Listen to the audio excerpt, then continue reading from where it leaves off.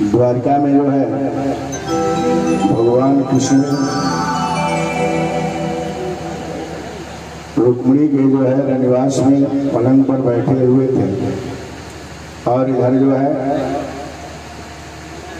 त्रिकालदर्शी दुर्वासा जी के मन में यह बात आई कि मैं किसी राजाओं के पास जाता हूँ तो मेरी क्रोध के कारण जो है मेरा आतिथ्य कोई स्वीकार नहीं करता है। लेकिन यदुनंदन श्री कृष्ण ने 84 कोस की द्वारिका निर्माण कर अपने स्वजनों को सुख पहुंचाया है। सुना हूं कि वो दीनानाथ है, करुणा निधान है, आनंद कंद है, अनाथों के नाथ है। तो सबका तो मैंने परिचय ले लिया, लेकिन उनका परिचय नहीं लिया कि वास्तव में वो करुणा निधान दीनानाथ है कि नहीं। तो वहीं से दुर्वासा जी जो है द्वारिका प्रस्थान कर गए। सिंह द्वार पर जाकर के कहे कि जाकर कृष्ण से कहो कि दुर्वासा ऋषि का आगमन हुआ है। पलंग पर बैठे हुए रुक्मिणी के जब कृष्ण को पता चला, झटपट पलंग से उठ पड़े, सिंह द्वार पर आए, दुर्वासा जी के चरणों में सिर झुकाया, कहा कि प्रभु इस द्वारिका में आपका स्वागत है, चले मेरा आतिथ्य स्वीकार करें। कहा कि पहले मेरे स्वभाव के बारे में आप जानते हो कि नहीं? अगर मेरे सेवा में किसी प्रकार की त्रुटि होती है तो मैं झटपट जो है श्राप दे देता हूँ। भगवान कहते हैं कि भाई हमें पता है, तो एक बात सुन लो कि मेरी जब तक इच्छा होगी तब तक मैं द्वारिका में रहूंगा, और मेरी सेवा में कोई दाई नहीं होगा, कोई सेवक नहीं होगा, तुम्हारी कोई रानी पटरानी नहीं होगी, स्वयं आपको रहना होगा। और जब मैं आवाज दूं तभी आपको जो है उपस्थित होना पड़ेगा। मंद मंद मुस्कुराते हुए श्री कृष्ण जी ने कहा कि चलिए मुझे स्वीकार है। दुर्वासा जी आतिथ्य भवन जो था वहां जाकर आश्रय लिया। अब दुर्वासा जी की दिनचर्या जो है इस प्रकार की थी, कभी स्नान करने के लिए जाते थे तो दोपहर तक स्नान करते रह जाते, भोजन करने बैठते थे तो भोजन करते ही रह जाते थे। न उनके जो है सोने का समय, न स्नान का समय, न भोजन का समय, और जब भी था तो आवाज कृष्ण को देते थे, भगवान उपस्थित हो जाते। और इस तरह से जब एक पखवाड़ा बीत गया, उसी बीच में जो रुक्मिणी जी थी आती की सरकार, बड़े ऋषि मुनि महात्मा द्वारिका में आकर के आतिथ्य स्वीकार किया, लेकिन ये महात्मा तो विचित्र लग रहे हैं, कोई संयम नहीं। भगवान कृष्ण कहते हैं कि हे विदर्भ नंदनी, ऐसा न सोचो, वो त्रिकालदर्शी हैं, न जाने द्वारिका को क्या देना चाहते हैं या द्वारिका से लेना चाहते हैं, और किस प्रकार की कसौटी पर मुझे कसना चाहते हैं, यह बात मेरे समझ में नहीं आ रही। एक दिन अर्धरात्रि की वेला में आवाज देते हैं कन्हैया कन्हैया कन्हैया, भगवान उपस्थित हो, कहते हैं प्रभु दास के लिए क्या आदेश है? आज देखो इसी समय मैं स्नान करने जा रहा हूँ और लौट कर आऊंगा तो गाय की गोइठी पर गरम गरम खीर तुम्हें बनानी होगी और वही खीर मैं खाऊंगा। भगवान दुर्वासा के विचारों को ताड़ गए, कहते हैं ठीक है प्रभु, आप स्नान करने जाएं, मैं व्यवस्था करता हूँ। जाने के बाद भगवान सोच में पड़ गए, यहाँ की जितनी रानियां हैं, पटरानियां हैं, ये सब की सब तो ऐश्वर्य सुख को भोगने वाले हैं। आखिर में आग मैं मंगाऊं तो कहां से मंगाऊं? तब भगवान कृष्ण ने ब्रजेश्वरी आह्लादनी जो शक्ति जो है वृंदावन में विराजमान थी, उन्हें जो है आवाहन किया, तो गोलोक धाम से जो है जोग माया ने अग्नि को भेजा, और श्री राधा ने जो है वृंदावन से उपला भेजा गाय का, खीर बनाने के लिए तैयार हो गए। इधर दुर्वासा जो है स्नान कर रहे हैं, सोच रहे हैं थोड़ा और विलंब कर दो, ब्रह्म मुहूर्त की बेला समाप्त हो जाए, उसके बाद में चलो। 4 बजे के बाद जो है दुर्वासा जी आ करके जो है कहते हैं कन्हैया बताओ खीर जो है बन चुका है? कहा कि हाँ महाराज, जैसे आपने कहा था वैसे ही बना है। अब ये थोड़े था कि दुर्वासा जी से कोई भेद ये छुपा लें।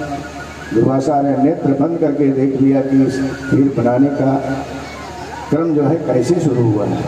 कहा कि जब यह बात है तो हे जदुनंदन श्री कृष्ण, आप द्वारिकाधीश हो, आपने जो है मुख से लेकर के पैर तक इस गरम गरम खीर का तुम अपने शरीर पर लेप करो। भगवान कृष्ण ने जो है सोचा कि मैंने तो गोकुल में माखन का लौदा फेंकता था साथियों में, उनको जो है शरीर में कभी हम लोग मसलते थे। आज न जाने महात्मा क्या कराना चाहते हैं, आज गरम गरम खीर ही मुझे फूटनी है। लगाना शुरू किया। तब तक जो है महारानी रुक्मिणी जो है अपने महल से निकल करके यह देखना चाहती थी कि सरकार अर्धरात्रि की बेला में गए, अब तक लौट के नहीं आए, क्या हो रहा है। आकर देख रही हैं ये तो गरम गरम खीर लगा रहे हैं। तो वहां पर रुक्मिणी ठठा करके हंस पड़े, कह रहे हैं कि सरकार जो है गोकुल चले जाते, वहां आपको माखन मिल जाता, ये गरम गरम खीर लगाने की क्या आवश्यकता है। इतना सुनना था कि दुर्वासा जी क्रोध से आग बबूला हो गए, जाकर रुक्मिणी के केशपाश को पकड़ लिया, कहा कि हम लोगों के विचार तो है कृष्ण और मेरे बीच में था, तुमको कौन बुलाया, आप क्यों आई यहाँ।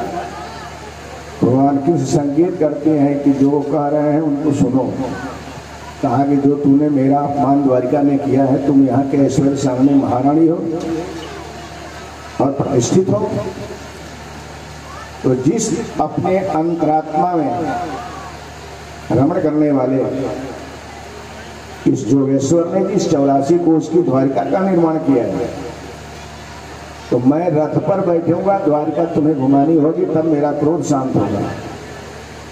भगवान कुछ संकेत कहते हैं कि रुक्मिणी तुम जो है बात को मान जाओ। तो रुक्मिणी बात मान गई। रथ पर जो है दुर्वासा जी बैठ गए, संचालन के लिए जो है रुक्मिणी लग गई। बगल से भगवान कृष्ण भी चले जा रहे हैं। धीरे धीरे जो है जब आधी द्वारिका का मार्ग जो है तय हो गया, भगवान कृष्ण ने देखा कि रुक्मिणी रथ संचालन में असमर्थ हो रही है, रथ के आगे जा करके खड़े हो गए। तो दुर्वासा जी कहते हैं कि भैया रथ क्यों रोक रहे हो, अभी तो आधी द्वारिका घूमनी है। कहा कि सरकार एक नम्र निवेदन है, मैं ये देख रहा हूँ कि रुक्मिणी जो है रथ संचालन में असमर्थ हो रही है, यदि आपका आदेश होता तो रुक्मिणी के साथ मैं भी कंधा लगा देता और ढंग से आपको द्वारिका घुमा देते। बोलो श्री कृष्ण भगवान के, बढ़िया से द्वारिका घुमा देते। संत का हृदय जो है मक्खन के समान होता है। क्रोधी दुर्वासा जी थे लेकिन बड़े कारुणिक थे, नेत्रों से झर झर करके आंसू जो है गिरने लगे। भगवान कृष्ण कहते हैं महाराज क्या मुझसे कोई अपराध हो गया।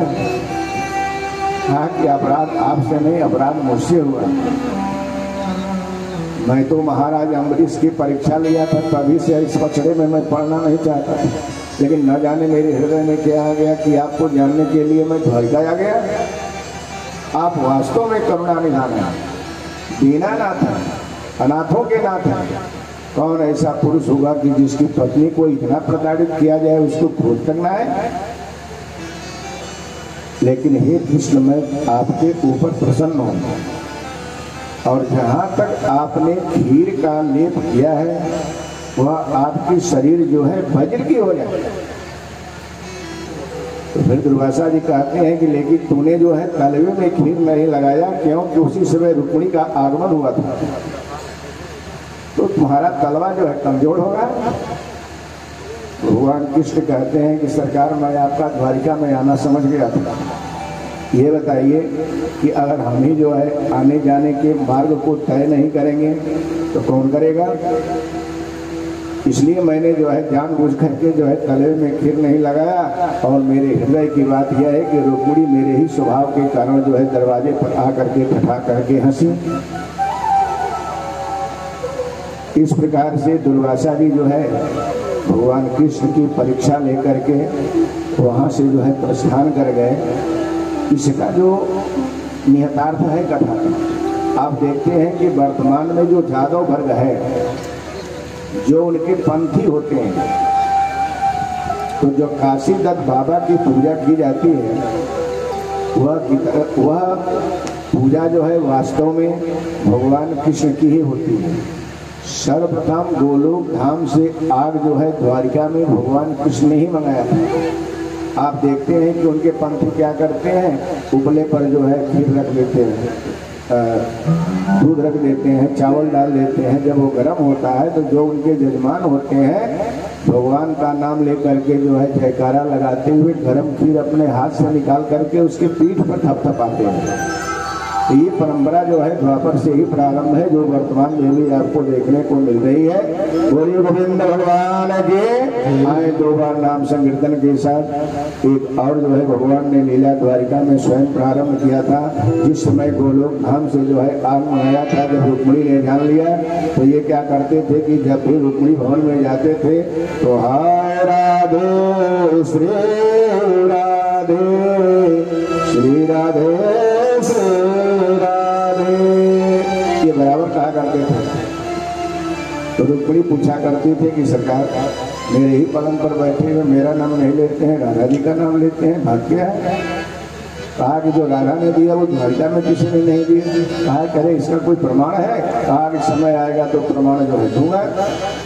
उसके कुछ दिनों के बाद नारद जी जो तीनों लोकों में भ्रमण करते हैं, उन्हें जो है यह बात जो है समझ में आई कि द्वारिका में 16,108 पटरानियां हैं।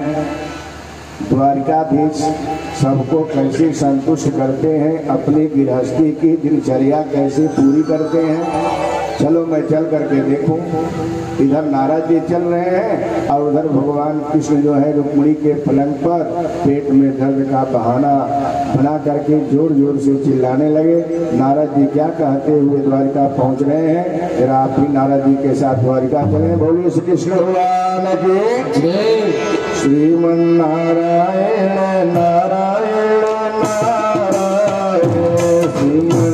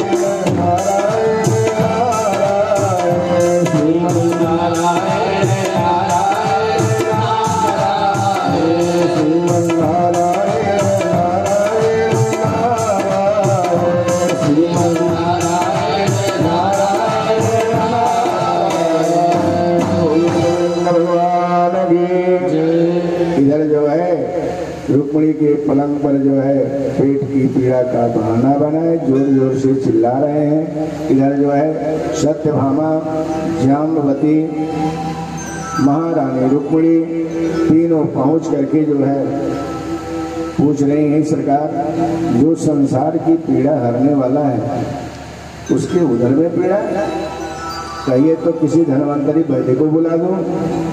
आगे मेरी पीड़ा ऐसी है ना कि ये सब वैद्यों से काम चलने वाला नहीं है। रुक्मिणी के ललाटों पर पसीने की बूंदें जो है झिलमिलाने लगे। कहते हैं कि सरकार मैं अधीर हो गई हूँ, आखिर कोई उपाय है? तब तक उसी समय जो है नारद जी अपना तमोरा लिए हुए रुक्मिणी भवन में प्रवेश कर गए।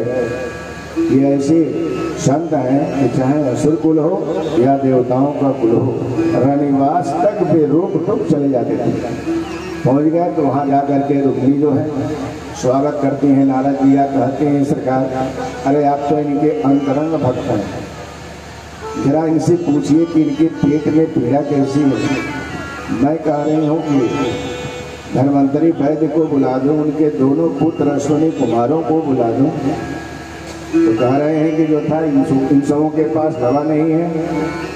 तो तमूरा एक जगह बीड़ा रख करके नारद जी कान के पास गए।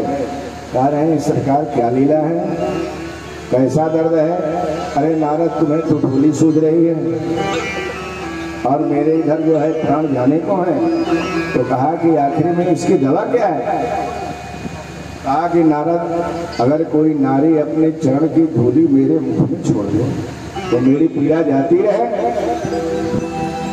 नारद जी कहते हैं घात तोड़े की अभी कोई दवा है। नारी चरण की धूली को के मुख में छोड़ दे पीड़ा जाती रहे। तब तक जो है रुक्मिणी जा करके नारद जी की दाहिनी भुजा पकड़ ली। सरकार ने क्या कहा। तो नारद जी कहते हैं कि अपने चरण की धूली मुख में डाल दीजिए, अभी हो जाएंगे।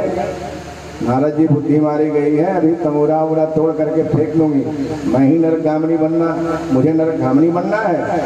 तो भगवान कृष्ण के तरफ जो है नारद जी देखते हैं, कहते हैं सरकार ये आपकी महारानी है, नरक जाना नहीं चाहते। सत्यभामा से कहा, उसके बाद से जामवती से कहा, तब तक और जो पटरानियाँ थीं, नागजीती थी, मित्रविंदा थी, उसके बाद से जो है कृत्या थी, सत्या थी, ये सब के सब जब आठों पटरानियाँ जब नरगामिनी बनना नहीं चाहती थी तो भगवान कृष्ण ने कहा कि हे नारद जी, अरे कोई अकेले थोड़े है, 16,100 और है, 16,000 जो है 100 और है। और कम से कम देखो तो द्वारिका में कहीं भी क्षण धूलि मिल जाए। तो नारद जी सोचता है कि झूठे ही मैं जो है द्वारिका देखने के लिए चल पड़ा, मैं तो आके फंस गया। कहाँ मैं इनकी दिनचर्या देखना चाहता था, ये सबके घर में क्षण धूलि मंगवाने के लिए हमको भेज दिया।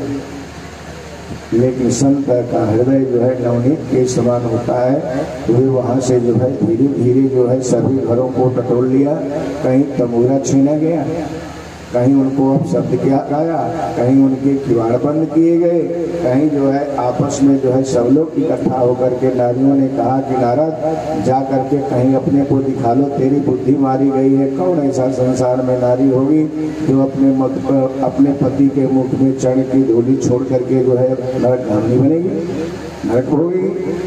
नारद जी बेचारे अपना तमूरा लिए हुए वहां से लौट करके जो आए रुक्मिणी भवन में, कह रहे हैं हे सरकार 16,108 जो आपने यहाँ पर बसाया है, ये कोई भी नारी आपकी चरण की धूली मुख में डालना नहीं चाहती है, ये नरगामिनी बनना नहीं चाहती है। नरक का अगर नरक हो जाएगा तो इनको कष्ट हो।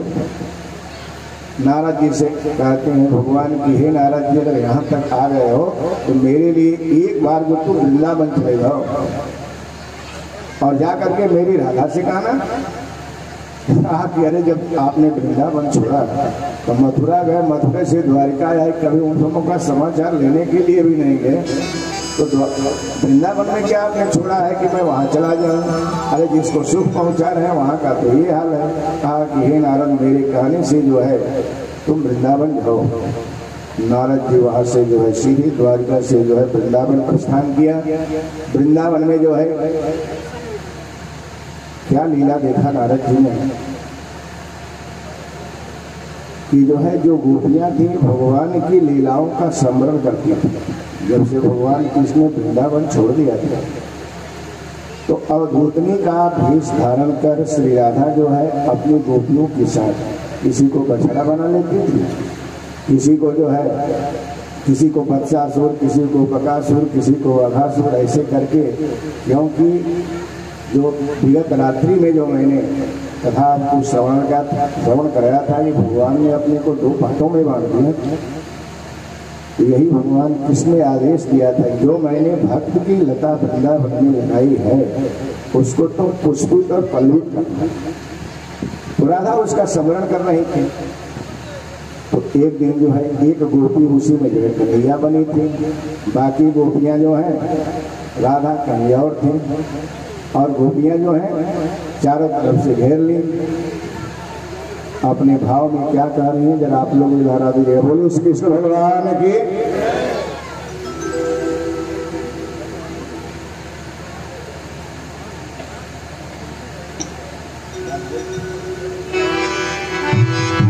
तो क्या वो गोपियाँ जो हैं कन्हैया से बुलाना देती हैं, उनको क्या देना चाहती हैं? मेरे घर आना सवरिया तुझे जाने न दूंगी, मेरे घर आना सवरिया तुझे जाने न दूंगी, मेरे घर आना सवरिया तुझे जाने न दूंगी, मेरे घर आना सवरिया तुझे जाने न दूंगी,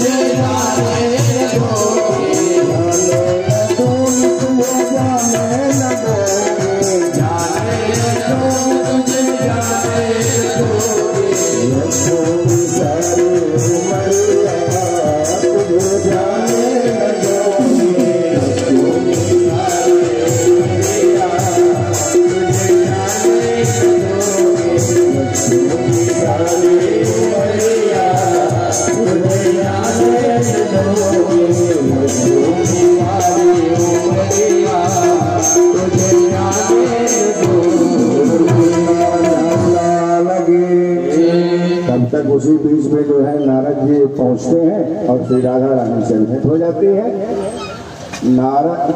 राधा रानी ने अपना दुपट्टा नारद जी के चरणों पर रख करके कह रही हैं कि हे नारद जी, अरे जब से प्रभु वृंदावन छोड़े तब से आपका पहला आगमन जो है वृंदावन में है। आप तो तीनों लोकों में भ्रमण करते हैं, क्या कभी द्वारिका जाना हुआ? मैंने सुना है कि वहाँ तो जो है वहाँ पर जो है ऐश्वर्यशालिनी शक्तियों के साथ ऐश्वर्यशालिनी शक्तियों के साथ अपना सुख भोग रहे हैं। क्या वहाँ पर जो है सब कुछ कुशल तो है, लेकिन नारद जी वहाँ एक चीज जो है उनको नहीं मिलती होगी, न ये गोपियां और न राधा के साथ जो उन्होंने रास रचाया और माखन और मिश्री, ये दोनों चीजें वहाँ प्राप्त होने वाली नहीं है। तो नारद जी ने कहा कि भाई मैं द्वारिका से ही आ रहा हूँ। कहा कि तब तो आप समाचार बताएं, मेरे प्रभु की सेवा तो ढंग से हो रही है, उन्हें कोई कष्ट तो नहीं है। कहा कि सब कुछ तो ठीक है, परंतु इस समय उनके उदर में पीड़ा हो रही है और बेहाल पड़े हुए हैं पलंग पर, जो जोर से चिल्ला रहे हैं। तो राधा ने कहा कि क्या धनवंतरी वैद्य को बहनों ने नहीं बुलाया, उनके पुत्र अश्विनी कुमारों को नहीं बुलाया? कहा कि जितने देव कुल के वैद्य हैं उनके पास उस दर्द की दवा नहीं है। कहा कि कहाँ दवा है? कहा कि जो नारी चरण की धूली जो है प्रभु के मुख में छोड़ देगी तो दर्द उनका जाता रहेगा। तो राधा ने कहा कि रुक्मिणी बहन तो वही थी, अरे चरण के धीरे उठा करके जो है उनके मुख में छोड़ देती, उनकी पीड़ा तो जाती रहे। तो कहा कि जो है मैंने प्रयास किया, लेकिन जो है वे लोग जो है नरक भोगना नहीं चाहते हैं। तो कहा कि केवल रुक्मिणी ले है, वहाँ तो 16,108 है। कहा कि सबके घर पर मैं पहुंचा, किसी ने जो है मुझे चरण की धूली नहीं दिया और इसीलिए मैं वृंदावन आया हूँ। वहां पर शिव जो है राधा ने कहा कि हे नारद बाबा, एक जन्म तो गया, हजारों जन्म मुझे नरक भोगना पड़े यह मुझे स्वीकार है, लेकिन मेरे प्रभु के उदर में पीड़ा हो जाए यह मुझे जो है स्वीकार नहीं है। ये चरण की धूली लीजिए और सीधे आप द्वारिका प्रस्थान करें। चरण की धूली दे करके जो है नारद जी लौट पड़े, लेकिन नारायण के धन छोड़ जो है क्या कहते हुए राधा के उदार चरित्र जो है कहते हुए द्वारिका पहुंच रहे हैं। जरा आप लोग भी जो है नारद जी के साथ पुनः जो है द्वारिका चले। बोलो श्री कृष्ण भगवान की जय। राधे राधे राधे राधे राधे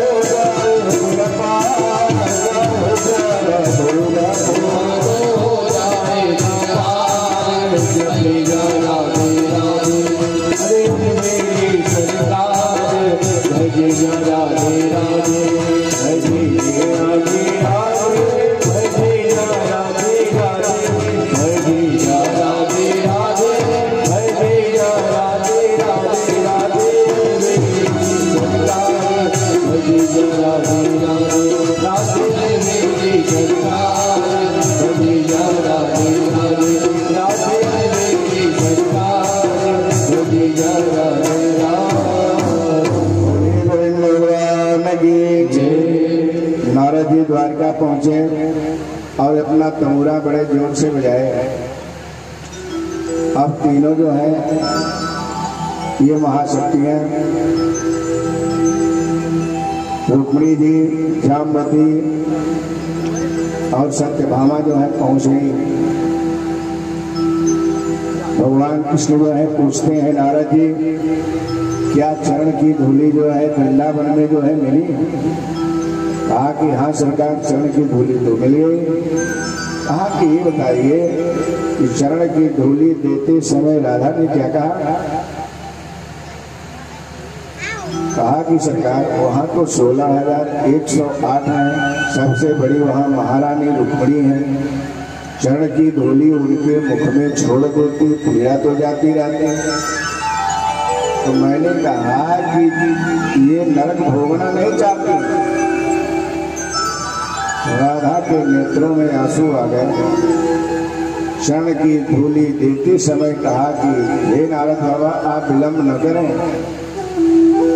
एक जन्म तो क्या, हजारों जन्म मुझे नरक भोगना पड़े, यह मुझे स्वीकार है, लेकिन मेरे प्रभु के उदर में पीड़ा हो जाए यह स्वीकार नहीं है। इतना सुनना था कि भगवान फटा करके उठ बैठे और कहते हैं, हे नारद, जब इस पलंग पर मैं कहता हूँ कि हाय राधे श्री राधे श्री राधे श्री राधे, तो जो विदर्भ नंदनी रुक्मिणी है ना, उनकी छाती फटने लगती है। ये बताओ, जो मेरे लिए हजारों जन्मों तक नरक भोगने को तैयार हो, क्या हुआ नरक भोग सकता है? तो हमारे राधा का जो है मुकाबला करना चाहती हैं। रुक्मिणी जल भूल गई और रुक्मिणी ने कहा कि सरकार अगर अवसर मिल जाएगा ना, अगर राधा मिल जाएगी तो सारा कचूमर हम उसी दिन निकालेंगे। मेरे भक्तगण, क्या राधा से भेंट हुई? आए कथाओं के साथ जो है ले चलते हैं कि राधा और जो है विदर्भ नंदनी रुक्मिणी की भेंट कहाँ होती है और किस प्रकार से ये महाशक्तियां आपस में भगवान कृष्ण को जो है दांव पर लगा दिया। आए एक भजन श्रवण करें, उसके बाद प्रसंग भगवान कृष्ण के उत्तर चरित्र से आपको श्रवण कराता हूँ। बोलिए गोविंद भगवान की जय, वृंदावन हरिलाल की जय।